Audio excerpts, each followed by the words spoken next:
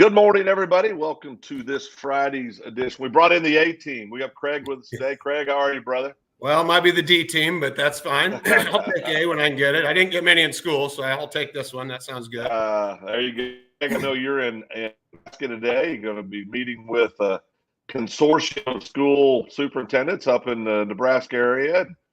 And that's one of the things, we've talked a lot about is, unfortunately, after the Texas tragedy in Uvalde, there's been this, I'm glad we're attention to it, but it's unfortunate circumstances, right? And just so many schools reaching out and businesses, well, hey, what can we do? What can we do? And so I want to talk about that. There seems to be, there's all this. You spent your previous career, you were an administrative educator for a couple of days, right? Yeah, I'm about 29 years old. Yeah. So Craig spent 29 years teaching our kids and just really obviously has a very vested interest in this, not unlike our friend Jeff Green, the founder, was an administrator as well. And talk about what kind of your experience been with these conversations you've been having with these schools that are out saying, hey, what can we do? So, Phil, thanks for mentioning that. And the fact that the company was founded by a principal, an elementary principal, is significant. But also it's significant that they brought me and a few other educators on board. And ultimately, I think that we have a very vested interest. I'm hearing there's 100 different companies out there now that have all jumped into this game because they think there's a buck to be made. And that's not why SafeDefend got started. We got started because we care about the kids. We care about the teachers. We care about the families. I mean, as an example, one of the first schools I called on as soon as I got this job was Liberty Public Schools, because I want my kids to be safe. They're going to school there. I want my neighborhood kids to be safe. I want all those kids that were in my classroom in room 106 at Liberty North High School last year. I want them to be safe. And I wanted to tell you a little story that made me feel good, Phil. After Uvalde, I had our SRO at Liberty North High School in my classroom, and we were talking about it. And you know how you talk. You're shaking your head like, why is this happening? Right. And I looked him right in the eye and I asked him, I go, Officer Morton, I go, could you please tell me what would happen if Uvalde started happening right here? And he looked me right in the eye, Phil, and he said, I would engage the shooter. Mm-hmm. Man, that just punched me in the heart. And I was like, thank you. Thank you. Oh my God, thank you. I was like, that's what I needed to hear, because that's what didn't happen in Uvalde, sadly. I think some of those police officers wanted to, but they're whatever, all the politics involved there. But my guy, he said, I'm engaging the shooter. So then we started talking more, and something happened, and he got on his walkie-talkie, and I don't know what was happening in the school, but he didn't know where it was, because Liberty North, my goodness, it's like a college campus almost. Right. And I thought to myself, man, wouldn't it be nice if he knew right where he needed to be in seconds, in 3 seconds? Wouldn't that be something? And so I retired from teaching. I think I'm going to, go fishing or something. And it just sat in my craw for a while. And then I started looking around. I was like, well, surely there's a solution. And that's when I went on with SafeDefend. And literally yesterday, I got to meet with Gary Majors, and he's the head of security for all of Liberty Public Schools. Very nice man. Very learned man, erudite man as it comes to security. And I showed him our system, and I think he was pretty happy. And I was very happy to hear, or to be in that office with him. But I think it made an impact when our guy in Kansas City put his finger in a safety module, and 2 seconds later, Gary Majors was getting a text on his phone saying room 106, Liberty North High School, which is my old room. And that's where it's happening. And I think that had an impact. And I can't help but imagine Officer Morton, for instance, if he'd have been able to pick up his phone and go, okay, I need to be there right now because something bad's going on. And I think that's powerful. And then our company also goes the next step. They put safety cabinets, in the classrooms. And that's all I ever wanted, because I was years ago told, well, pick up a stapler. Oh, well, thanks. That'll help. A stapler ought to do it. I'm going to get my kids locked in my room, get my 30 kids. And then guess what? I'm going to defend those 30 kids. And in our safety cabinets, there's stuff to do that. There's a blinding light. there's pepper gel, there's a baton, just anything to give me a couple seconds of advantage or just a chance at securing my doorway and securing my kids. That's all I'd ask for. And here this company's doing it. And that's why I'm so passionate about this and so motivated to talk to you. Yeah, I appreciate that, Craig. I think one of the things, this is one of those weird deals. If you don't have an affiliation in this industry, you'll hear the story. I think it's natural. People go, "Oh yeah, that would be important." With the SafeDefend has changed me from this perspective. My wife's a retired school teacher. In my previous life, before I was old and chubby and couldn't move anymore, I had a job that was very tactical in nature in the military for quite some time, and so I understand the importance and the difficulty when you're asked to do things in a tactical situation. But you focused on one thing that's so accurate. You got to have as good of information as you possibly can to have the best outcome possible. We always get this, I'll talk to my friends about it, or they'll see the Facebook Live, or they'll some reason they'll bring up SafeDefend to me, and they go, "Well, why don't we just put guns in those safe boxes?" And I said, "Well, there's a lot of reasons why you don't. There's a lot of, and most of them have nothing to do with whether it's good or bad. Most of them have to do with liability, and most of them have to do with stuff that would just frustrate everybody if they got involved in the conversation. But I think the biggest reason you don't is because teachers don't want them. I mean, the mass majority of teachers don't want to be put in that situation. Right. And so I think by giving less than lethal options, defense done is they've given you said that secure that door, get you as safe as possible, and if they do somehow penetrate, it's a locked door has been penetrated in an active situation. Okay, a locked door has never been penetrated. So if they do get in, though, I mean, through drill, through thinking, through being aware, through planning, those teams are in a very good situation. Along with, obviously, when you have immediate notification, the good people are getting there right away. Yeah, we're giving ourselves the best chance to have a good outcome in a horrible situation. To your point, and you're ex-military, and you did buds probably and all sorts of stuff, so you know all the stuff to do. I don't, but this company, their big motto is prepare, notify, protect, basically. And so we go into the school and we do these drills with the teachers, and we show them how to use pepper gel and all sorts of stuff. And I was kind of fascinated with that whole process. I thought that was a really good idea, especially in some districts where they don't have anything like that. Whereas Liberty, Gary Majors and his team, they do a lot of training stuff. So Liberty's kind of unique that way. But man, there's thousands of districts that they haven't trained the teachers. So you're going to prepare the teachers, then you're going to notify them. We're going to put a finger in a fingerprint module, and all of a sudden we're going to know where it is, and strobes are going to go off. And then if we open those safety cabinets, I can protect my what is it, my 20? Is that what they say in military or police terms? I'll protect my 20 one way or another. Yeah. Well, I think this is reality, and from we used to drill for hours on day. If we were deployed, we were training every day. And I can still remember even doing when you did live fire exercises for the first time, or you do live fire training, it felt different. Even though it wasn't exactly the same, it still felt so.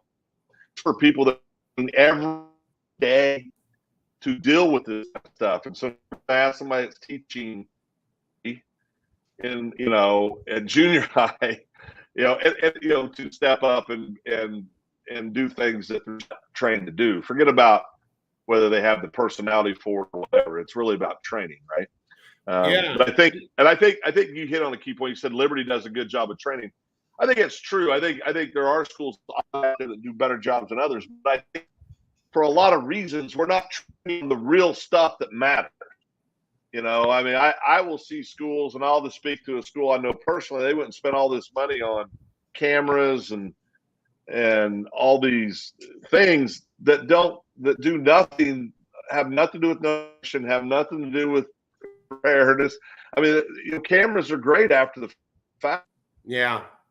if you want to use them from a criminal prosecution standpoint, they can give you a lot of answers. But, we got to be, and Jeff and I talked about this right after the Uvalde tragedy.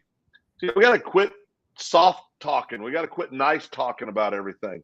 And we got to be honest with ourselves. And the truth is, the people in the communities, I'm talking about the taxpayers who's in those communities, this is not a priority to you. Do not go and demand that things are being done to protect your kids.